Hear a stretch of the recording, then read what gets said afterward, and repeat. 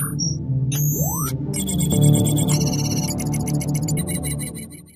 on another episode of the Serial Podcast. I got NBA All-Star, great legend, Mr. Dana Barros.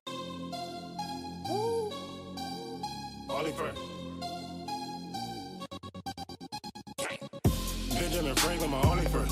Benjamin Franklin, my only friend. Benjamin Franklin, my only friend. Benjamin Franklin, my only friend. Only friend. Only friend. Benjamin Franklin, my only friend. Only friend. Only friend. Benjamin Franklin, my only friend. Benjamin Franklin, my only friend. Benjamin Franklin, my only friend. Benjamin Franklin, my only friend. Benjamin Franklin, my only friend. Only friend. Only friend. Benjamin Franklin, my only friend. Only friend. Only friend. Benjamin Franklin, my only friend. Hop out the limbo like holy shit. Doors in the air just to open it. Diamonds on screen on my rolling lit. Benjamin Franklin, my only friend. Carry more keys than custodians. Stay out my business, you know you bitch. Bouncers ain't letting my homies in. Cause we bought pounds with the smoke on it. Plus we bought pounds of the opium. We still don't know counters, we smoking it. She poking her nose, she want coke in it. Her ass is so big and she poking it. 55,000 we throwing it. 55,000 we throwing it. I told you I never go broke again. Fresh off the plane to the boat again. Went from the beach to the ocean front. Caribbean bitches and coconuts. Sipping on liquor and shoulder rush. Club full of strippers, they going us. She taking it out and she stroking it. They under my arms like deodorant. I'm knocking it down like a bowling pin. Benjamin Franklin, my only friend. Benjamin Franklin, my only friend. Benjamin Franklin, my only friend. Benjamin Franklin, my only friend. Benjamin. What's up, my man? I'm good, man. It's a pleasure to be here. Again, like I told you, I've been watching you, so I'm looking forward to being on your show, bro. Man, I appreciate that. Thanks for the love, man. Like I was just telling you, like I always respect the legends of the game, because before AI, it was you. And like, I mean, I'm gonna keep it real. Let's just keep it a buck. We go keep it a fact. I mean, you was the original, that number. So we got to keep it a buck. And like a lot of the younger guys don't really understand the history behind everything. You know what I'm saying? So I always try to give the guys, the legends, the respect that you guys deserve, because y'all the ones that kind of paved the way for the new guys. You dig what I'm saying? For sure, definitely. I appreciate it. Straight up. Let me just get into what's going on in the world real fast. Like, you being who you are, do you feel like you have a responsibility to kind of give your viewpoint of what's going on with Black Lives Matter and social injustice? I mean, definitely. I have a business. I have a basketball facility, a 5-court facility. So I have like 450 kids in and out of the facility every day.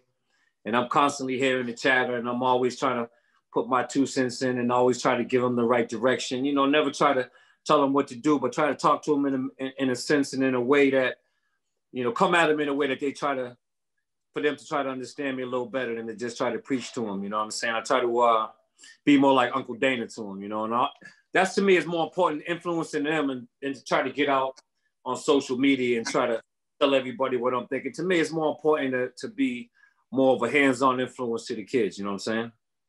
I mean, you're from a different era. So you like, I had Skip on the show a couple of weeks ago, and he was just saying like the era, like where you guys are from, y'all don't really care about the social media stuff. Y'all don't need like to have a PR crew follow y'all around. Y'all need to have nobody like kind of check things in. Y'all just do stuff because that's the way y'all just was groomed. Facts. I mean, I just got an Instagram probably like 7 months ago, 8 months ago. And, my kids and everybody was killing me, man. They was telling me a dinosaur, you know, all that. So I had to come into the new millennium, man. I got an Instagram, and actually, man, I've been enjoying it, man. And also, I don't have a Facebook, Twitter, none of that. I'm trying to get out and be a little more social with that, because it's the new generation is definitely they're on a different side of the fence with that. So I got to catch up to them. Let me get your I know you're still on the basketball. Let me get your take on the bubble. How you feel about the bubble? Like, would you play, or would you just like stay at the crib and work out? Like, what's your take on that? I mean, I would look at it from 2 different perspectives, because I remember if it was my last year of my deal and I was a free agent, I would. I mean, so people have to understand it from many different perspectives, because, you know, guys that have been making $20 million a year, that it didn't affect them whether they played or not. Facts. You know, I had a lot of guys who had chance to make a lot of money. Talking about $100 million deals out here on the table. So for guys who are on the fence and have the ability to make that, I absolutely would have played. But On the other side of the fence, if I was in the middle of a 6-year deal with 4 years left, I might have shut it down. So I can see either side. I think each person has an individual right to do what's best for their family. You know what I'm saying? It's so crazy, like watching the games right now. They've been canceling games. They've been shutting things down. I mean, it's no way to kind of contain the situation with the virus, but it's like, you know, basketball bring everybody together. You know, you might have a white homeboy, a Mexican homeboy. Let's keep it 1,000. And it's like sports is like the one thing that y'all probably see eye to eye with. Like, we're not having people in the stands. You think that divides America even more? Nah, like you said, a basketball team, man, is like, it's so crazy. You got a 75-year-old coach. You got a 19-year-old rookie. You got 3 European players, 2 white players, and you all got to come together in the locker room. You got music playing, different coaches. I mean, you all got to come together on the court or it's not going to work. I've been on teams that had super talent. My first 4 years in Seattle, we had crazy talent. Yeah, that squad was. And we just couldn't get it together. Everybody was competing. The money was changing, so everybody was trying to. We had Dale Ellis, Xavier McDaniel. That squad was. That was a retarded squad, man. That was a retarded squad, man. Like, but I was asking you that because I know you played, and it seemed like with so much racism going on right now, like I said, sports always bring people together no matter what. Like you get a beer. Some people like smoke a blunt together. Some people drink some wine together. And like I said, you could be Mexican, black, white, and y'all kind of all be on the same page. You dig what I'm saying? Process all racial and color lines, all coaches, man, all that. And I mean, I put sports in the group of religion and politics. You know what I mean? Like you say the wrong thing about sports, somebody might jump in your face. Yeah. That's a fact. Nah, that's a fact. That's a fact.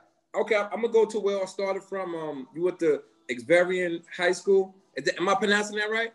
Xaverian, yeah. It's like an S, but it's an X for some reason. But yeah, Xaverian. Okay. Just give me your experience growing up in Massachusetts. Who put the ball in your hand, and where did it all start from? Well, I mean, it started early because my mom and dad was 15. You know what I mean? So when I'm 3 years old, I went to my dad's junior college game, little old rinky-dink gym, watched them play. It was only like 10 people there. But for some reason, watching my pops, I'm like, damn, what is he doing? Like, why is he playing? Why are people clapping? And for some reason, I remember that moment. I had to be like 3 years old. And I remember from that day forward, for some reason, that's what I wanted to do. I went with him, you know, every weekend. And when I was with him, I went and played. I went for hours, just sat in the gym and watched him play for hours and hours and hours. And that's really how I got into it, just following him, sitting there on the weekends watching sports. Did you always, like, what age did you realize, like, I'm nicer than everybody else? Like, you being a smaller guy. But I heard, I think it was Travis Best. I think Travis Best was like, yo, Dana Barros was like my guy. Like, Travis, shout out to Travis Best. He said that. Oh, that's my man. I just was with him. He was at my facility doing an event for kids a couple of months ago. Yeah. So to the homie, he's we always probably do 4 or 5 events for the kids. So he's always salute to him. But yeah, I mean, I didn't really know until probably my senior year in high school because I didn't learn how to shoot till my sophomore year. My freshman year, I had a slingshot. You know what I mean? I had the sideways slingshot, and my high school coach sat me down in a chair every single day for 45 minutes and just taught me how to do it.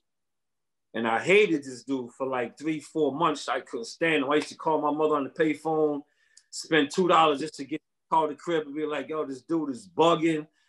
I couldn't have a free minute to myself. He was always on me about if I could get a shot down, I would be an unbelievable player. And probably after a month or so, man, it started working. I'm like in the gym. Now he's like, you got to get out the gym, Dana. And I'm like, nah, I'm working on this thing you showing me, you know. So about my junior year, we played in this Boston shootout. Like we beat New York in this big high school tournament. After that, I averaged like 40 my senior year. You know, and it just became like, okay, like if somebody give me a chance, I'm gonna take it. Like I'm ready for that opportunity. I was just waiting. Was like when you went to Boston College, was that like your school of choice, or was just like they recruited you like I guess the most? Did you want to go there? I absolutely. I was watching the Big East, man, watching Pat Ewing and everybody playing this, and I'm like, yo, I need to be there. So crazy story is though, I got recruited by BC, but I was an All-American football player. So I'm taking Michigan visit. I got a visit to Miami scheduled, Notre Dame, UCLA. And I couldn't get a basketball scholarship. There's no internet, no cell phones. I'm averaging 39. I can't get a call from anyone. You know what I mean? Like no one. And also, so I'm at BC on 2 football visits on BC with Doug Flutie. He just won the Heisman. Wow. So I'm like, damn, I got to go play football at BC just to walk on the basketball team to get to play in the big. So I'm like, damn, I got to play football for a year. I was willing to do that because I felt confident that if I got to play in basketball after the season was over, you know, I would be straight. I knew that once the coach saw me play, I would be good. So I'm like, all right, I'm going to put this football on for about 1 season. The last minute, the day of signing, the basketball office called me. He's like, yo, one of the basketball players left. We got an extra basketball scholarship. You want it or not? So that's how I got the basketball scholarship and got to BC. Crazy. Yo, that's a crazy. I never know you even play football. Like, that's crazy. Yeah, man. I didn't even know that. Wow, that's crazy. That was at 4.340, man. I was at 4.340, you know? Wow. So like you just say, I mean, obviously BC was in the Big East. I remember that time because I'm from New York. So me and my cousin, Mike James is my cousin. So okay. Yeah, my man, I was on the Celtics when I was at I remember. So like I used to go everywhere he went. I didn't come to Boston. It was too cold in Boston. So and Boston is wild, man. We from New York. Boston, they out of control in Boston, man. Baby New York, man. They act up in Boston, though, man. They act up for real. But we all know how big the Big East was, and Big East was like at that time. The Big East was like the conference. What you think's happened with basketball since then? We from an era where like you remember how the Big East was, man. It's nothing like that no more. For people who don't know, the Big East was the G League before they had the G League. Right. I mean, so if you wanted to be legit or official, and all you had to do was you play there 2 or 3 years, they didn't even have to look at the tapes. You know what I mean? They just like, oh, he's official. That's how the Big East was, and then football became so much big money, and actually Miami left the Big East for the football for the money, and once they left the Big East, there was no other football teams really in the Big East. So all the other basketball teams started to leave, so their football team could have a real conference, and that's really how the Big East broke up. And it was a shame because, man, it was just like every game, and my mom's, my grandmother, they drove to every single game, bro. They drove 6 hours to Washington, went back to work the next day, bro. Wow, yeah, that's love. That's love. That was key. That's love. Playing at BC for them 4 years. Was you saying to yourself like, I know I'm going to the league, or was you just like, man, I don't know what's even gonna happen, B? Like, I don't like. What was like your mindset like playing there them 4 years? Hell no, I wasn't thinking like that. Hell, I was like, I came in as a freshman. I was like backup, got hurt. I ended up starting. I had winning freshman of the year. I mean, but still, man, like even my sophomore year, I never made first team All Big East. You know, I led the league in conference scoring twice. The whole 4 years you never made All Big East? Never made all second team. You know, like so. I'm thinking, damn, like why they keep like doing that? Like I'm averaging 24. This dude's averaging whatever, and he's getting All Big East. So I'm thinking, damn, is this gonna happen all the way through? You know what I mean? Like, to the league, because it wasn't a little man's game at that point. So nah. Okay, they're gonna make it like super, super difficult. But I'm gonna be ready when the time comes. So that was my mentality. I just said, give me a chance. That's all I wanted. So you get drafted in 1989 by the Seattle Supersonics. What was your just take us through that draft night experience. Was you at the actual draft, or was you at the crib? Nah, they asked me to come, but I didn't want to be sitting in the room like back, not drafted, and be the one.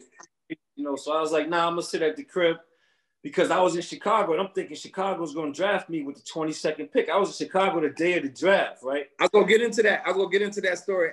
I was gonna actually explain that story because I read someone that you thought you was gonna be playing with Michael Jordan, and then it happened.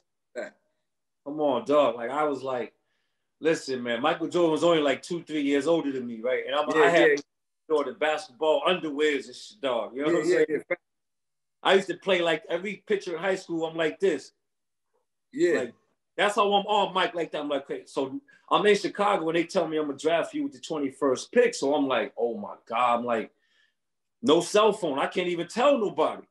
Right. So I get home like about 3 o'clock and the draft like 8 o'clock. I'm just running up to the parks. Oh, I'm going to play with Mike. I'm being in Chicago. I just left Chicago. Yo, don't tell everybody the whole story. End up watching the draft. I leave the house because there's too many people and I'm nervous. So I leave. And I'm watching with my man. And we just, I think drinking Heineken, watching the draft. We just talking because it's the 16th pick. And they're like, with the 16th pick, Seattle selects Dana Barros. Like, I know you were sick. You were sick? I was like, I was crying, like not happy crying. Like, no, I'm like, no. I'm like, why? Like I'm on my like, why is this happening to me? It took me a good 2 hours to get over it, understand that it's still the league, like, start bugging, I know, but it ain't like playing with Mike though. Like I already knew he was sick. I like that's gotta to have that experience would have been like, but it still turned out dope though. Oh, absolutely. Explain that. I mean, you go to Seattle, y'all had a squad. I remember me and Mike used to be at the crib. I mean, I never forget like watching y'all play. Y'all probably had one of the best young teams like of all time. It just seemed like everybody was just nice. You know how you from like, how everybody nice and it's like, but y'all can't put it together. Everybody nice. Sean Kemp came. Sean Kemp was nice. GP came. It's like, explain that experience in Seattle, how talented y'all was and why y'all couldn't just like mix it together. Yeah, that was crazy. I mean, like, man, I came in the league my first year.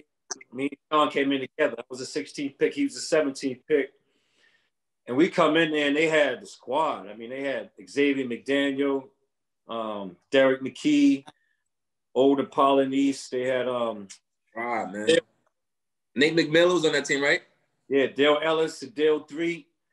And then they had me, Sean, and then next year Gary came in. So what they did was Sean was playing so well, they got rid of X. So they got a little younger. And then they got rid of Dale because Gary wanted to play, and they was playing Nate and Gary together. But we still had a bench, man. We still had a squad on the bench, and it was just Ricky Pierce, Eddie Johnson. Yes, shout out to Ricky. Spot, so we could never get it together. So they went to a little more veteran team. They traded me and Derek for Deadlift Shrimp. And then that's why it broke up, honestly, man. But I mean, I loved it, man. Sean Kemp was like, Zion to me is like Sean's son. You know what I mean? When I look at Zion Williamson, but Sean Kemp was 6'11", and he did everything on the. Yo, people, it's funny because people forget about Sean Kemp. I just had a little youngin on here live earlier. He like a high school phenom, but he watches the older players play. And he was talking about Sean Kemp, and he was just like, he was saying how some of the people don't, he's like, people in his generation don't watch older guys on basketball. They don't watch older basketball guys. He said he watched all that. He said because they got better moves, their footwork's better. But explain to people how nice Sean Kemp really, really was, like the younger guys. They look at Blake Griffin. Y'all had like the original Lob City. Like, seriously. Real. Yeah. If you YouTube Gary Payton, you're going to see about 25 lobs to Sean. That's what a part of Gary Payton's portfolio. Those two together was like, they was like a Stockton and Malone, but a ghetto version of Stockton and Malone. Yeah, you're right. They was like a hip-hop version of Stockton and Malone. Yeah, and Sean was so versatile, man. He would get the rebound behind his back, between his legs, and then go down the middle, and it was just, I mean, it was the rim, he would dunk so hard, like you would feel it, like go through you, like vibrate. You would be like, damn, like, and it was just, it was a pleasure to be around him and watching. His career was just, cut short early. We had the strike. He put on some weight, but before the first 8 years of his career, man, he would have been a first ballot Hall of Famer if everything, would have stayed straight. That's a fact. So you get traded for Deadlift Shrimp, and you go to Philly after that, right? Yeah, I got traded to like Charlotte for one day. Then I went to Philly, and then I was there my first year. Really just got my feet back under me, getting to understand the game, having to play point because they had never played point in Seattle. They always had me at the 2 because we had Gary and Nate. So, man, it took about 3-4 months, had a good year. And then John Lucas came in. Okay. After the point guard, like with a lottery pick, he got hurt. And then Jeff Malone, the leading scorer, got hurt. And Lukey just came to me with the ball one day. He was like, look, man, I'm going to need get like 25 today. It's about Lucas from here, John, from Houston. Oh, yeah. that's my guy. Shout out to John. That's my people. Yeah. Father Lucas was the head coach. Yeah. So he just gave me the ball. He's like, I need 25 tonight. Then I gave him 25. Then the next night he's like, I'm gonna need another. And then he's like, all right, it's your ball. And then for the rest of the year, he didn't say a word to me. He would let me call plays. He let me learn how to run that point, which was always something that people was looking at it derogatory towards my game. So yeah, he did. That's Uncle Lukey, man. That's Uncle. That was great. Yo, he's one of the best of all time, man. Like, oh man, he's a lot of love. I'm out here in Houston, and I always go check them. Always been around them, like for the last 15 years since I came out here with my cousin. So the whole Lucas family is official. They show love. And I mean, he got a story, man. Like a life what no one would ever believe, man. So anybody who want to talk about excuses and all that, go talk to him. Now he don't want to hear. He right there where he want to be. So at Philly, like in 1995, you made the All-Star team. You also won Most Improved Player. Just explain that year for us, for the viewers and everything, and how special it was to make the All-Star team. Well, man, this is talking to all the people out there who claim you want to be this and you want this opportunity, right? So this is me. I've been saying for 6 years, I'm in a deal. I need to play. I'm sitting on the couch every single night. And I would say to myself with my basketball, doing my form shooting, this is what you wanted, right? This is what you wanted, right? And I would just drive me every day to say, this is what you wanted, right? And literally, man, I was so focused. I didn't go to no clubs. I didn't drink, smoke. I didn't do nothing. Nothing. I didn't eat red meat for like the first 6 years of my career. Like, bro, I was on straight focus game. And then that year it all came together because the point guard worked from the year earlier, and the scoring, the three-point shooting just all came together. People always say, it's just a shooter. And I was just able to show them the flow of the game, the off the pin down game, and just show them so many different things, man. It was a culmination of, like I told the young kids, man, it was a culmination of everything you ever dreamed of at one point, coming to one point in time, you know what I'm saying? It's crazy because a lot of people don't know, like, the politics of basketball. And when we get into the business side, it's like, you killed that year. And then it's like the next year, AI came the next year. Did you leave before he came or after he came? Yeah, I came. I was actually there. They had that pick that year, but they had Jerry Stackhouse pick. They didn't have AI. AI was actually the next year. Okay. Yeah, but the owner, like, I was going to sign with the Wizards because he was only offering me a 3-year deal. The Wizards offered me a 5-year deal. So I was in Washington getting ready to sign with the Wizards. Chris Webber and Jawan Howard Wizards, like those Wizards. Okay. I'm like, okay, this is going to be good. I'm with some young gunners, and we about to.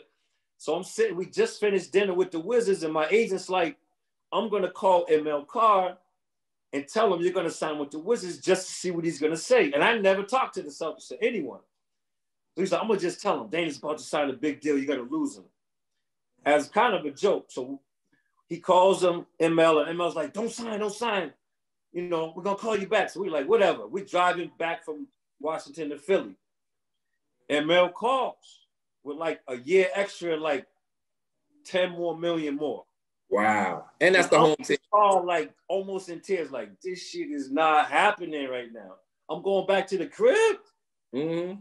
And that's really how I got to Boston, because I'm literally in Washington about to sign a deal. Like, they just were going to send us a contract offer the next day. So, man, I got some stories, but I need to write a book because it was just, man, it seemed like things just fell in the path at certain times for me, and that's a blessing. You know what I mean? Give me something. I know, like, I've been around my cousins, so I was with him his whole career, but I know playing at home is dope, but at the same time, it's kind of aggravating. Because I already know, because, like, people be calling me for tickets. I hate that. I hate that. Like, word to mother, I hate people be calling me, I need 5 tickets. I'm like, man, what you need 5 tickets for? How was it playing at home? Was it pressure? Was it like the way you thought it was going to be? Like, just give me an insight on that. It was tougher in college because I finally got the formula figured out in college. But once I got to the pros, man, like I said, my parents were 15, and I had my grandmother, Hope Sanders. who was like the patriarch of the family and did not play. So all I had to do when I got to the league was say, Nana, here's 25 tickets. It's up to you. And I was out there because nobody questioned her. That's a fact. And she would have the most important people to me. They would all, they would be on the top 10 on that list. So that's the way I got out of it. Having that patriarch in the family who was like, I don't care what you say. I'm running the show. And that's what made it easier for me, man. And especially the fans just, always showed me love. It was always a great experience. I got to play. Larry Bird was here when I came in, which was a great experience. The Rick Pitino wasn't that great, but I was still at the crib and I had, what I'm saying? So whatever. Yo, it's a difference playing like at Boston College though than playing now with the Celtics, because now you got that bread. Like, yeah. You know what I'm saying? So like how much of an impact is when you get that bread? Because like I said, I remember my cousin, he signed his first deal. We thought we was rich. And I thought I was rich too, I ain't gonna lie. Because you think, like, I'm being real, you think when your cousin signed, you thinking like, I'm signing too. I'm coming up too, right? No, for real, you feel like that. I mean, I know because I'm part of that, so I know like when he signed, like, yo, he was like, yo, we on. I'm like, yo, this is a great feeling. But how much of a difference is playing from when you was playing at BC to now you with the Celtics and you got that money now? It was tough, man. I ain't gonna lie, man. I think I would do it again, everything again, though. But I just made sure that my immediate family was straight. Houses and cars, whatever. Just bought mom and dad, grandmother, everyone houses and cars straight out. Just facts. So that I knew that the main people in my life was straight. So I did that. But again, man, I never wore jewelry. You know what I mean? I didn't wear suits. I just was in the cars. So every year I would buy a Ferrari or a Beamer or yeah. But I wasn't like gambling. I didn't do none of that. So I was able to be very generous, man. But I will tell you this: anybody who knew me from, I would say, 95 when I signed my deal, all the way up till about 2012, that phone number would change every 6 months, bro. It just would, because it would just be like, yo, I need that. I need, you know what I mean? And I started becoming a ghost, and then it started making me become someone who was not wanting to be sociable. I don't want to go to the cookout because I knew that I was going to get pulled to the side 5 times, and it just makes you want to just go into your own space. So that was a tough thing for me. But, my immediate family understood it and they knew me. I was always a quiet person. So that was tough, man. It's hard to say no, but get to a point where you have to. It's more interesting. It's kind of hard to say no when people know you got the bread though, too, though. You know, like when you ain't got the bread, it's like, I ain't got the bread right now, I get paid next Friday. But when people assume you got the bread, and it's like, yo, I need 500, I need 4,000, and they just seen you play, and they just seen you sign for such and such. Right. So like, I know he got the bread, I need that. You know what I'm trying to say? Get it all up front. Like you sign for 20 mil, they think they gave you 20 mil up front. You know what I mean?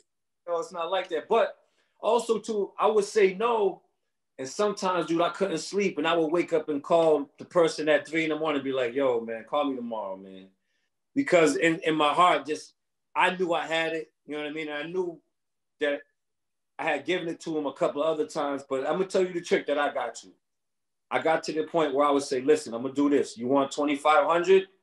I'm going to give you 5 racks. You only owe me 2,500 back. If you pay me the 2,500 back, I'll lend you money again. If you don't pay me 2,500 back, keep the 5 racks, but you can't ask me again. Oh, so, that's a setup. That's a setup right there. Extra. It's on you, bro. You don't have to give me back at once. And then that puts the onus on them. And then those people would totally stay away from me because they got the 5 racks. And it was like, oh, I don't even want to see him because he might ask me about it. So I learned that. I forget who taught me that, but somebody told me that. He said, turn it back on them, How was it playing for Pitino? A couple of my guys played for him, and man, I hear all type of like mixed stories about playing for Pitino, man. On the floor, it was love. Like I loved running up and down, pressing, shooting threes. But off the court, it was like some psychopaths like ish, man. It was like constantly just belating and screaming in practice. You know what I mean? And I made sure at the very beginning that I was not a person that was going to accept that type of language. You know what I'm saying? So it really affected me because I knew people who were letting it happen to them. And I got to the point where I had to speak up for them and go to the locker room and be like, all right, time out, bro. And we had a couple of points to where I had to be traded because it was disrespectful. And I never felt like that towards anyone. And I think we cleaned it up at the end, but I just don't think that it was compatible because I feel like at that point, like I was like Nino Brown in the locker room. You know yeah. I always hear that like sometimes with Rick, he has a tendency because he's a college coach too though, so he sometimes feel like he's talking to like the college players because when you're in college you can talk to is a little bit more. They deal with that more. Like the coach could curse you out, but when you get in the league, dudes ain't trying to hear nobody curse them out, talking to them crazy like that. They're like, man, I'm making more bread than you. Like you can't talk like that. It's a different mentality. Yeah, and I mean he's a brilliant mind. Like I ain't gonna lie, like the dude, him and George Carl were the two best coaches I ever had. Brilliant, just could flip the script on a drop of a hat in the middle of a playoff series. Just say, nah, time out. We going back to what we did in training camp. We gonna draw this up. We going 1-3-1 on Stockton. We were like, oh shit, he just went. Okay, we got like basketball mind. Pitino was great. I just thought that he put so much pressure on himself to win immediately. It was just impossible, man. Like, dude, we had 35 kids revolved through the roster in like 2.5 year period. You know what I mean? So we were never going to be successful at that point. Yeah, when you talk about George Carl, he kind of has a bad rep too, though. How was it playing with him? How was it playing for him? Because was he like the way people make him, like the way JR him? JR's my boy, JR Smith. The way they make him sound like he's like a straight up racist. When he came to Seattle, it was his first coaching job ever. Okay. So Gary and them used to be, say what they want to. Drop, I'm like dog. Anything was open, like because he came from Italy. Never had a head coaching job in the league, and Casey Jones got fired in the middle of the season. So he thinking this is the illest opportunity. So he wasn't even trying to have any confrontation. He was just using his basketball, trying to get us to feed in for the 2 years I was there. And I never even heard him like talk back or talk crazy to any players at that point. But remember, 3 or 4 years after I left, he went to the championship. Yeah. And I'm sure that gave him the confidence to tell Gary and Sean whatever he wanted to tell them at that point. And I think that's where the ego and the stigma grew on him. Yo, I met Gary Payton. I had one out one night, and he said, "Yo, he was the coolest dude like ever, and he don't care. Yo, he says whatever he want to say. Is he just like that? Is he like that just in the locker room as well? Gary, man, has a bad reputation. Like people are like, yo, man, how you getting along with Gary? I was like, me and Gary was so cool. We never even had words. But what would happen was Gary came in. When he came in, he signed the biggest contract in the history, like $6 million, 6 year, $12 million. Dale Ellis was like a 6-time All-Star. He was making $2 million. Gary was making more than him. Wow. So on his neck, as soon as he came in the league, it was, oh, you think you got all that money? So he would never say nothing at first. But if you started it, that side mouth, yo, he would never end. So I don't blame him because dudes was coming at his neck all the time. He got the bread. Don't be mad he got the bread. But he wasn't having it, though. And I love that. He was gangster. I love that. He wasn't having it. He seemed like, every time I ever see him like in a celebrity game, he goes off on people. Like, dudes respect him, though. It's like dudes ain't, like, and he like gangster with the dudes ain't, even in the club, dudes like, man, that's GP. I ain't messing with GP, man. He like, you know what I'm saying? For sure. And even today, man, like, I watch him off TNT and Fox, and he'll get up there. He like Barkley. He'll get up there and be like, nah, this is what the real. When KG used to have that show, he used to get in there and tear people's ass up. So when you left Boston, you went to the Celtics. Did you have to leave Boston because of Pitino, or was it just like a mutual thing? Yeah, I asked to be traded. Like, that was tough for me, but I mean, basketball it wasn't fun for me at that point. I was injured. I had ankle surgery. I had back shots in my back. You know what I mean? I went to Detroit just to get away because I wasn't supposed to play. You know what I mean? I was injured. I was on IR, and they traded me to Detroit. So I just wanted to say, okay, I'm gonna go to Detroit, finish my career out, and not play, and just get this money because I was still getting paid, you know. But what happened again? Like I said, things happen for a reason. It seemed like it fell right into place. I get traded to Detroit, and I'm sitting home, and I'm thinking I'm gonna just sit home all year. And the dude from Detroit calls me. He's like, "Come to Detroit. There's nothing wrong with your back. I can fix you." And I'm like, "Come on, bro. Like, whatever." And he's like, "You gotta come. You gotta come anyway, just to sign the trade." So I came up there, and he's telling me, "There's nothing wrong with your back. Let me stretch you. Let me show you these exercises." So I stayed there for 2 days, bro. He stretched me. He did some things. And literally, bro, I went from not playing to playing 2 weeks later. And it changed my career because he taught me how to shift my spine angle. So like if I would go to the mall with my wife and my sons, right, I would have to sit down after 10 minutes because I couldn't stand up for more than 10 minutes. I had to be moving. Like if I was playing, I was cool. But if you asked me to stand there like this for 10 minutes, I would have excruciating pain. So I'm like, I'm going to Detroit and retire. I'm just go play my contract out and retire and just sit, you know, on the bench. And he fixed me. He actually took about 2 weeks. He fixed me, changed my life because I have the basketball facility that I have now, being able to still play in the men's league, run with the kids. Facts. I got to take care of myself, you know, physically after basketball. So that was a blessing to me to go to Detroit after Boston and learn. You know, he taught me Tai Chi, you know what I mean? Learn breathing, you know, just to eat right, just different things. So that was a blessing to go from Boston to Detroit, even though I left home. I'm gonna get into some current. I know you still watch current basketball right now. I'm getting some current basketball real fast. What do you think about the league right now? Do you think it's kind of watered down? Definitely, it's watered down, but also it's more talented from 1 through 12. You know what I mean? Like when I played, the top 8, 9 guys could play, and then you had like 3 practice players who you really didn't pay nothing. You know what I mean? Mm-hmm. But now that 10th man could take off from the free throw line. Yeah. Everybody nice now. You know what I mean? So the talent is higher, but the skill level isn't as good. You know what I mean? And people say, well, how come these dudes can't make free throws? And I try to explain to them, if you was 18 years old and you could take off and dunk from the free throw line, you know how focused you would have to be to sit there and shoot free throws? Yeah, you got to be a weirdo. You know what I'm saying? So to me, the kids are so athletic, they don't have to learn the fundamentals in AAU and in high school because they just dunking and jumping over everyone and using their physical ability. Then you get to college and you go to North or a high D1 school, or you go straight to the league, and 1 through 12 can do that. So I think the skill set is less, because if I watch dudes coming off picks and playing back in the day, they was, you know, you had to be skill set because you get clothesline going to the hoop. But see, the game has changed. Like, there's not even like no mid-range game no more. Like, there's no mid-range game, and I mean that's taken away. And it's like now it's like you live by the 3, you die by the 3. Like you said, everybody's athletic now. Do you think that takes away from basketball though? Do you ever think basketball will ever go back to like y'all era, like the big man, and y'all throw the ball into the big man? Because when y'all was in y'all era, the big man was that was the thing. Nowadays, it's like it's a guard league now.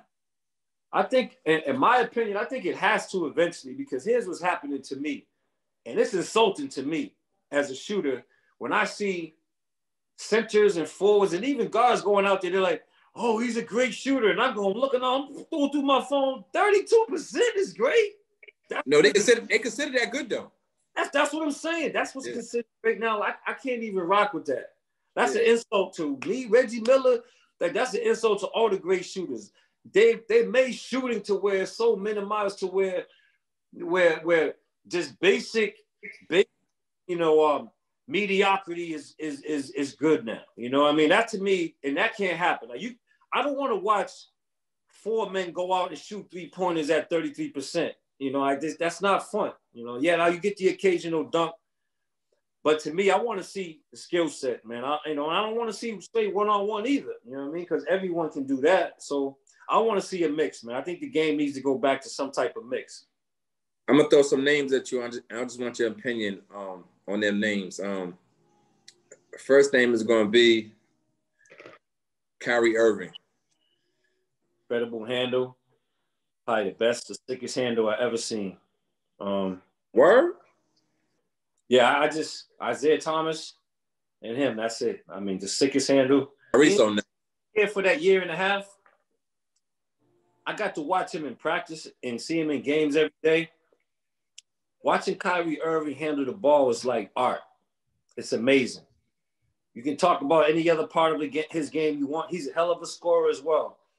But watching him dribble the basketball, to me, it almost goes into slow motion when I'm watching him. It's something about it. It seems like he's in slow motion, and I'm watching it, and it's almost like an art form. So that's what I think about Kyrie. That's what I think. The first thing that comes in my mind. Do you feel like with that team, do you feel like they have what it takes? I mean, I know they have what it takes on paper, but do you think they could beat the Lakers? That remains to be seen, man. You talking about a bunch of alpha males on the court at the same time. You know what I mean? Like you got Anthony Davis and Bron and on the other side. Listen, I think that's a toss-up. I would love to see it, but I want to see the clip game first, though. The Clippers Lakers first.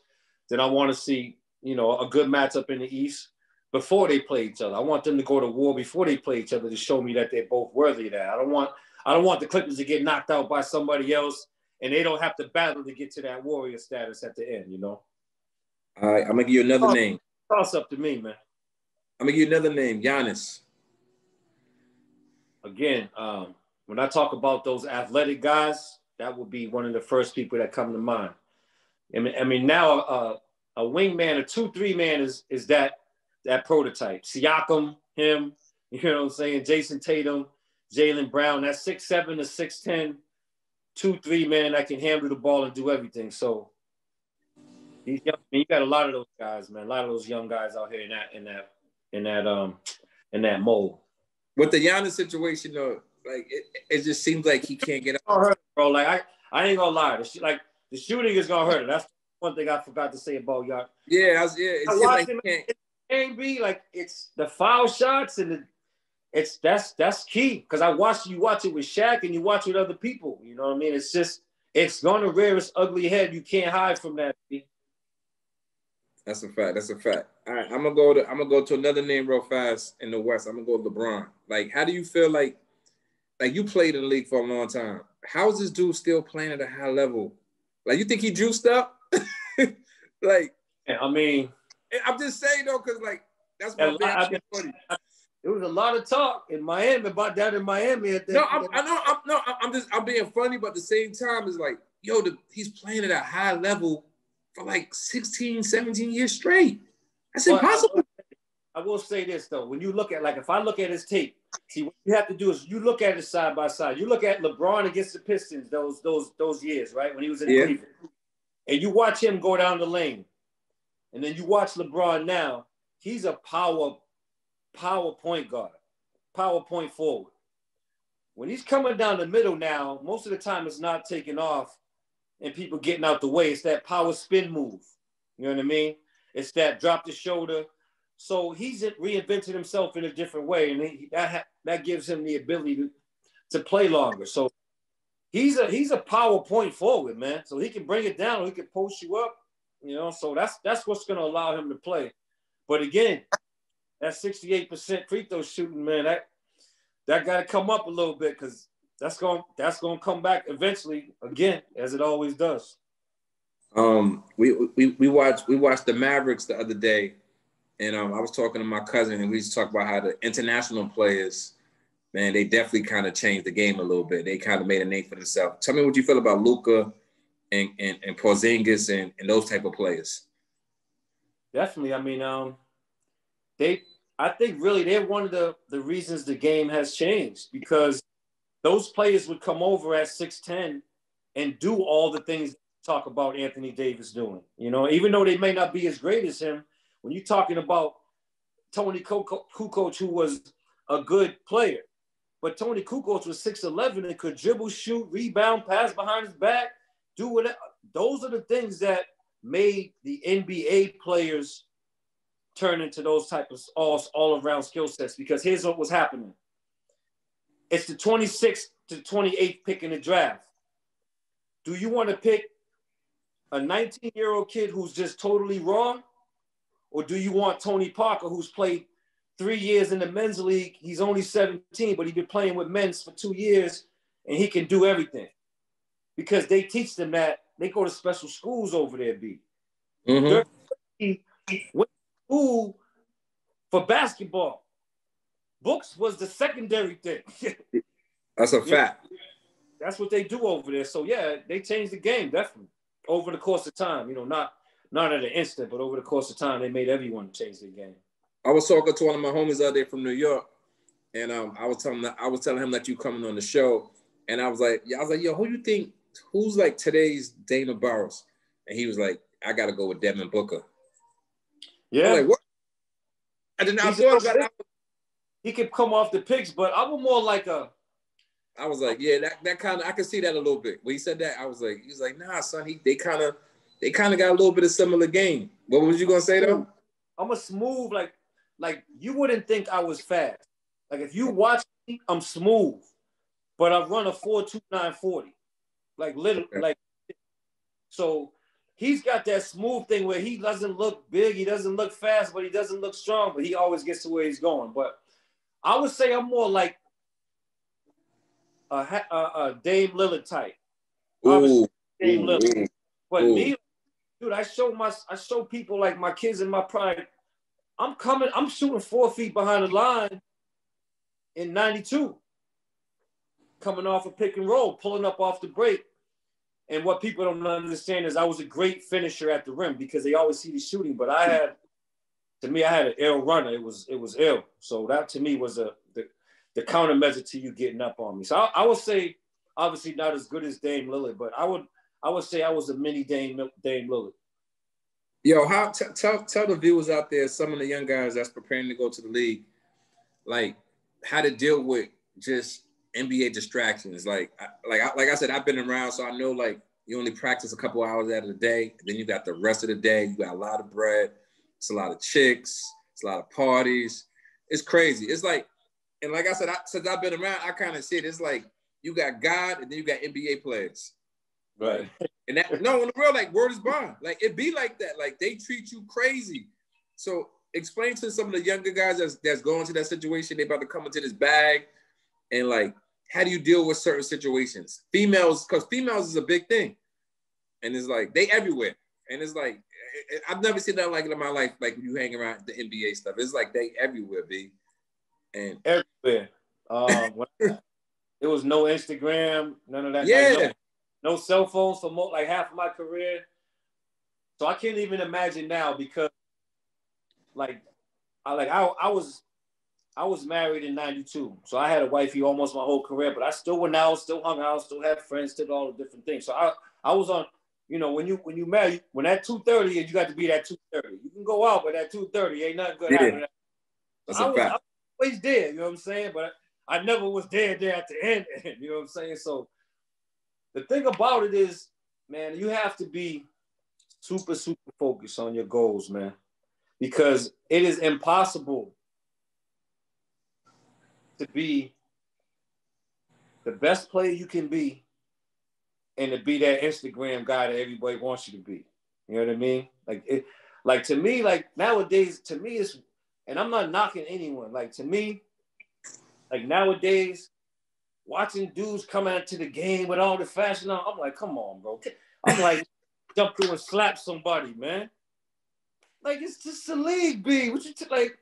That's what, do that at the club. Like, you spending that much time on your gear, you ain't focused enough for me to be in the game 7.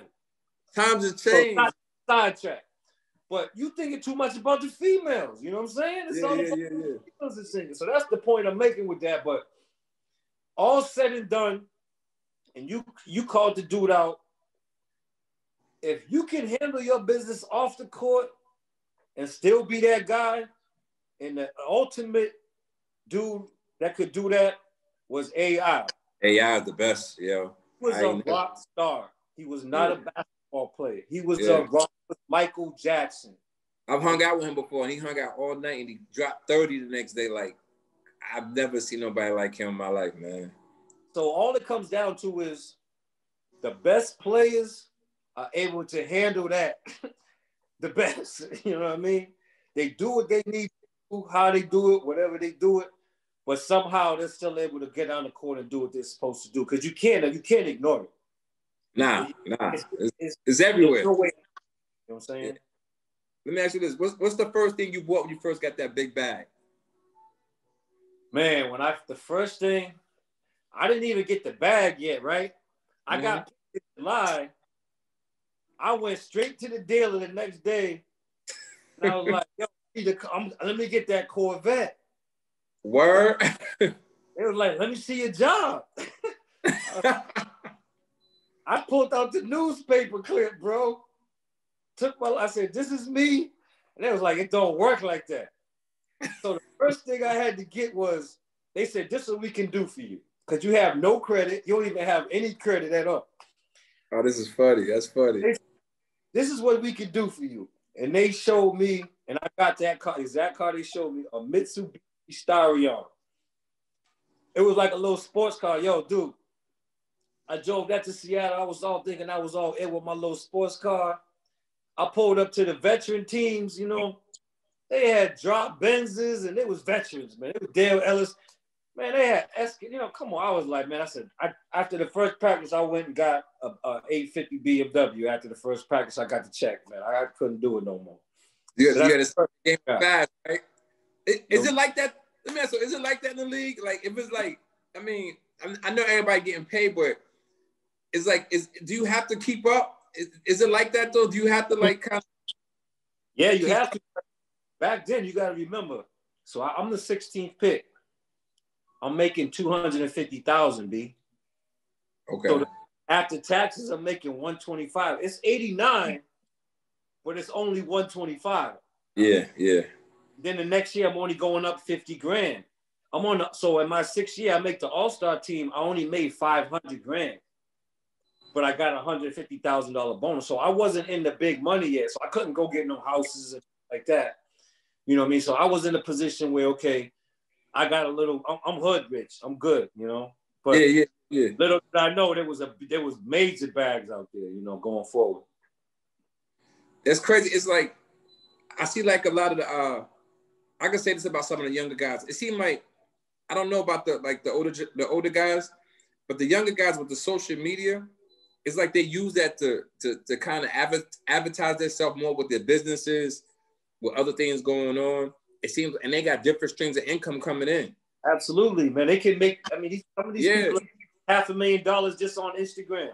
Yeah, they call you and say, hey, I need you to post this with, when you do your next post, I need you to have this drink in your hand. I'll give you 150 racks. So that aspect of the technology is amazing. I mean, now people can sell their own brands online without going to big manufacturers and all different types, you know, so it's music people. My son does music and art. He has his own website. He makes his own money. You know what I mean? He has his own business at 24. And that's what today's young people and entrepreneurs, young Black men, that's what we need to do more of as people is this. And me being a business owner, I've had one job in like 25 years. I tried to do the office thing. I just walked in after like a month and a half, like, bro, I'm out. I can't do that. That was a coaching job, bro, with the office. And I just couldn't do it. You know, I just always been, you know, having my boss mentality, like, if it can be done, why can't I do it type mentality, you know? That's a fact. I'm going to talk about life after basketball right now. I know you work with the kids a lot. Just explain to everybody what you're doing with the kids, your foundation stuff, your camps and all that. So when I retired, like I said, I tried the coaching thing. I was actually a coach on the Celtics 08 championship team, so I got a nice big ring with KG. Oh, I was director of player development, so my job was to work with Big Baby Davis every day on the pick and roll. So and once I started doing that afterwards, I said, okay, this is what I want to do. So I started doing basketball facilities. So I started off with a little 2-court facility, grow it. Then I went to a 3 or 4 court. Now I have a 5-court facility with 40 AAU teams. We go year round.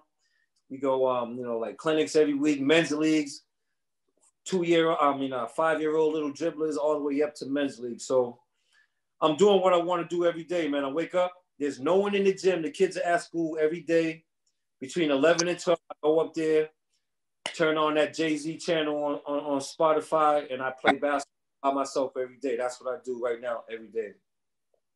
All right, I only got a couple more questions. I'm gonna put you on the spot though. I'm gonna get you up out of here. You gotta give me, since you're from Massachusetts, you gotta give me a top 5 basketball players from Massachusetts. Okay. All right. Okay. Damn, that's deep. There's been a couple lately, like 5 lately. So I'm gonna go. I'm OG Bob Johnson, so I'm gonna always say me first. I'm gonna say. Okay. I don't know if Pat Ewing's not from Boston, not from But he went Massachusetts. to school there. But he went to school there, so I would consider him being from. That's my man. Salute to the king. I'm gonna say Ramil Robinson. I was thinking Ramil. Yeah. And I'm gonna say Shabazz Napier. Okay. Won 2 chips with Connecticut. And then I'm gonna say the next 2 is a tie between Nerlens Noel and Michael Carter Williams. Oh, I ain't know Michael Carter Williams from out there. I ain't know that. My camp when he was young, he's from Springfield, Mass. I know his mother and my mother was like family. Wow. He's like that though. I remember Michael Carter Williams. He's still young too. Rookie of the year came out after 1 2, I think. Yes, I think he's in Charlotte, not Charlotte now. Chicago, maybe. He been on a couple, but he's still hooping though. Yeah, I like Michael Carter Williams. And you got give me your top 5 Big East players. Damn. Woo. Don't include yourself because this is like classic. Ever, right? Talking about ever, right? Yeah, you could give me the era from. No, I'm not even gonna say that because I think the best point guard I ever seen in the Big East was Dwayne Pearl Washington, man. Yeah, I knew you was gonna say that. I'm from New York. I knew you was gonna say Pearl Washington. Oh, he set the league on fire with Big East Monday and Wednesday, dude. Like, yeah, I knew you was gonna say that. They made ESPN. The Big East made ESPN, bro. I remember. Nobody was watching on ESPN in 1987. Stop. Yeah, so, man, Big East. Number 1. Him, obviously, Pat Ewing. It's a lot of people in the Big East. Chris Mullin, Derek Coleman, Billy Owens. Chris Mullin. I could go Derek Coleman. But there's somebody I'm missing. I'll say Cliff Robinson, Uncle Cliffy. Ooh, Uncle Cliffy, rest in peace. He was a beast. Rest in peace. People don't know how nice he was, though. Yeah, he was crazy. Like, and the story was he went to the draft and he ended up not getting picked till the 2nd round. But what happened was he got a 1-year deal and then he ended up signing a $40 million deal because they went to the championship that year and he played crazy. So salute to the king. Yeah, he was the coolest, man. Rest in peace, man. I'm sure there's more, man. I'm missing because I know like Sherman Douglas was up there. Douglas. Reggie Williams, you know what I mean, from Georgetown. Then you have Mutombo and Mourning at the same time. I played against them at the same time. So a lot of greats, man. A lot of greats. And I'm gonna ask you, give me your top 5 NBA players. Ever or right now? Ever. All right, I'm gonna say, and this is amazing for me because I got to play against a couple of them, man, at their peak, which is amazing. So obviously I'm gonna say Jordan, number 1. The rest is in no other order. I'm gonna say Larry Bird. Oh, you a Larry Bird. Oh, effing problem. Word. Man, I don't care what nobody's listen. People don't understand that though, man. People be like, the slowest dude you ever seen in your life, B. Nah, people don't give him his credit though. 27, 8 and 8, 12 straight years.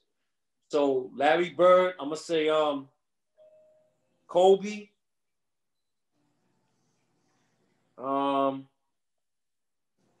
Wilt Chamberlain. Ooh. And I know everybody loves LeBron, man, but I love KD. Ooh. KD's my guy right now. Like, and blessings to that man. I hope he stay healthy. There's no other person I love watching more than this dude play the game. So you feel like Kevin Durant top 5 of all time, or that this is your favorite players? That's my favorite. I wouldn't put him in top 5 of all time because you still got Jerry West and you got Oscar Robertson, people like that. I'll put those in my all-time top 5. But if you ask me the player I love to watch the most right now is Kevin Durant, man. It's just like it's just like watching Grace, man. It's just effortless with the way he plays. And he shoots a high percentage from the field. Everywhere. He's like efficient. He's not gonna be like 15 for like 81. You know what I mean? But if you ask me, so I put it in perspective. If you ask me if I wanted to start a 15-year franchise, I would pick LeBron. Okay. I was gonna get on that with the LeBron. This like my last question though. You know, we always have that debate. You probably hit all the time, LeBron or Jordan. You played against Jordan, obviously. I don't know who you're gonna say. You probably gonna say Michael Jordan, but is there even a comparison? Like literally, is there even like in respect to LeBron? That's shout out to LeBron. That's my guy. But is there like even a comparison really? Do you feel like there's Jordan and then there's everybody else? Yeah, other than like Wilt Chamberlain and like Oscar Robertson other than those 3 or 4, it's everybody else. Like people. So you feel like Robinson's better than LeBron?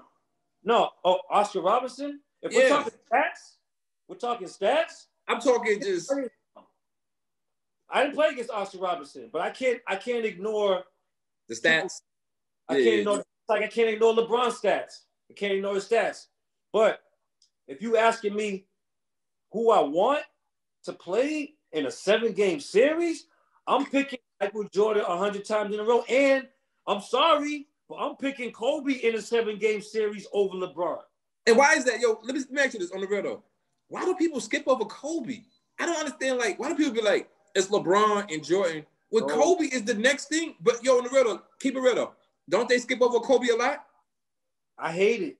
Yeah, they be. To me, yeah, 15-year. You want a 15-year franchise? I'm gonna pick LeBron. If you want a 7-game series or a playoffs, for that year, I'm picking Kobe all day. Because here's the thing: LeBron may be more talented, and everybody says, he gets everybody involved. Okay, let me ask you this: you the coach in Game 7, LeBron's coming down the middle. 3 people converge on him. He makes the right plays, right? He passes to Tristan Thompson for an 18-footer at the buzzer, Game 7. Hell no. Yeah, I know what you mean. I want Kobe power dribble, pull up at the elbow like MJ with 2 dudes on. I'm sorry, that's just what I want. That's the right play. Nah, I know what you mean. Right play, but I don't want that. And that's the great thing about him, because he's so unselfish. But now I want selfish in a 7-game series. I know what you mean. Not from King James, nothing at all. Salute. So basically, it's Jordan over LeBron at any time. And Kobe. Okay. Now I can dig it. Now in the 15-year franchise, but you saying the season just ended and everybody in the league got their best team, I'm taking Kobe, MJ first, then Kobe, then LeBron, KD. Okay, that's a fact. Man, listen, I appreciate you stopping by, Mr. Barros, NBA All-Star. Thanks for the check-in, Say Real podcast. Anything else you want to say? Nah, just appreciate you, bro. Keep doing what you're doing. Appreciate it. Entrepreneurship, ownership, seeing up to us. I appreciate you. Keep doing what you're doing. I'm always here anytime you need me, fam. Appreciate you, my man. Much love. All day. All right. Benjamin Franklin, my only friend. Benjamin Franklin, my only friend. Benjamin Franklin, my only friend. Benjamin Franklin, my only friend. Only friend. Only friend. Benjamin Franklin, my only friend. Only friend. Only friend. Benjamin Franklin, my only friend. Benjamin Franklin, my only friend. Benjamin Franklin, my only friend. Benjamin Franklin, my only friend.